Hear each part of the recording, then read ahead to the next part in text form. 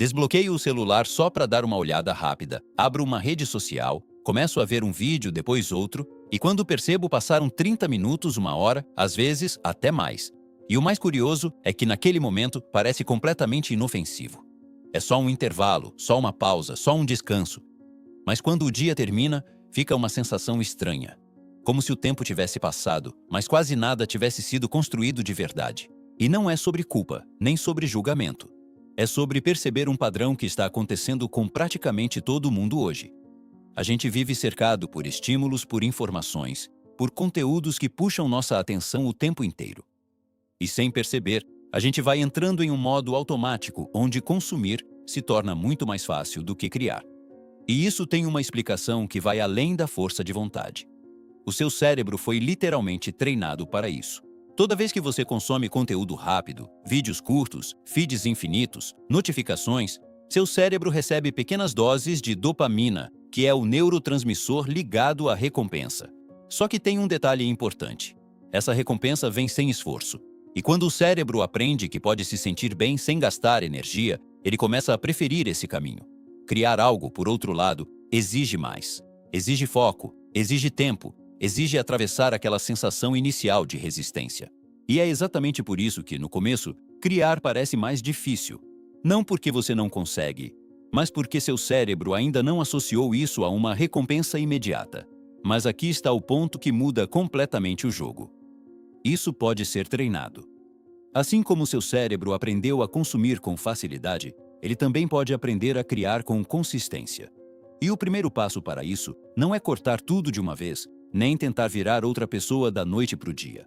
É começar a fazer pequenas mudanças inteligentes. Uma das mais simples e mais poderosas é criar uma regra básica. Sempre que você consumir algo que te agregue, você transforma aquilo em alguma forma de criação. Pode ser escrever um insight, gravar um áudio explicando o que entendeu, anotar uma ideia, compartilhar um ponto com suas próprias palavras. Isso já começa a mudar sua posição. Você deixa de ser apenas espectador e passa a ser participante ativo. Outra técnica muito prática é trabalhar com o que se chama de redução de atrito. Hoje, tudo ao seu redor está otimizado para facilitar o consumo. Seu celular está sempre por perto, os aplicativos estão a um toque de distância, tudo foi pensado para ser rápido e fácil. Então, para criar, você precisa inverter isso. Deixar o ambiente mais favorável para a produção. Por exemplo, se você quer escrever mais, deixa um bloco de notas aberto. Se quer gravar, já deixa a câmera pronta. Se quer estudar, já deixa o material acessível. Parece simples, mas isso diminui a resistência inicial. Porque muitas vezes o problema não é a tarefa em si, é o começo dela. Existe também um comportamento mental que pouca gente percebe, mas que influencia muito. O cérebro tende a evitar tudo aquilo que não está claramente definido. Quando você pensa, preciso criar algo, isso é vago demais. E tudo que é vago gera dúvida, e dúvida gera adiamento. Agora, quando você define algo específico, como vou escrever 5 linhas ou vou gravar 1 minuto de vídeo, a coisa muda. Fica claro, executável. E isso reduz drasticamente a chance de você procrastinar. É por isso que metas pequenas funcionam tanto no começo. Porque elas tiram o peso da perfeição e colocam foco na ação.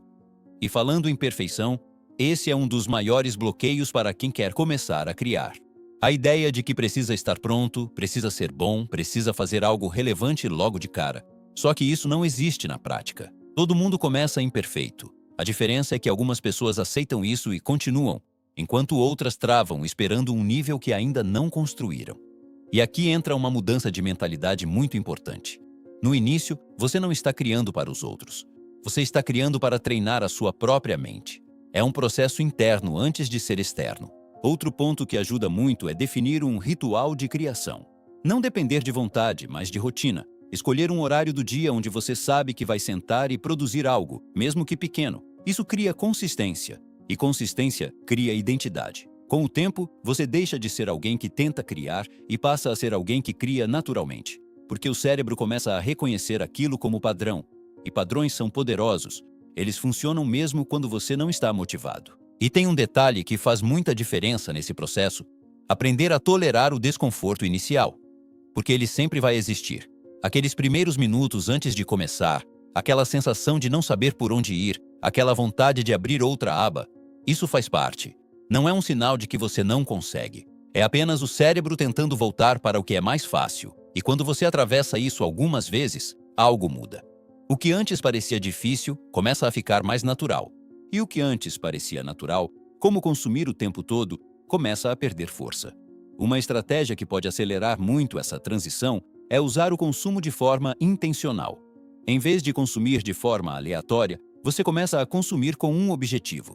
Por exemplo, você assiste algo já pensando: o que eu posso extrair disso? E isso ativa uma parte diferente do cérebro, mais analítica. E quando você transforma isso em ação logo em seguida, você cria um ciclo positivo. Consome, processa, cria. E quanto mais você repete esse ciclo, mais ele se fortalece. Com o tempo, o que começa a acontecer é algo interessante. Você começa a ter mais clareza, porque criar organiza o pensamento. Quando você escreve, fala ou estrutura uma ideia, você deixa de ter tudo bagunçado na cabeça. E isso não impacta só o que você produz. Impacta como você pensa, como você decide, como você se posiciona na vida. Criar não é só sobre conteúdo, é sobre construção interna. No final, não se trata de parar de consumir completamente. O consumo pode ser útil, pode inspirar, pode ensinar, mas ele precisa ter um papel diferente. Ele não pode ser o destino final, ele precisa ser o ponto de partida. Porque a verdadeira transformação acontece quando você pega aquilo que absorveu e transforma em algo seu. Mesmo que pequeno, mesmo que simples, mesmo que imperfeito. É isso que constrói habilidade, consciência e evolução de verdade.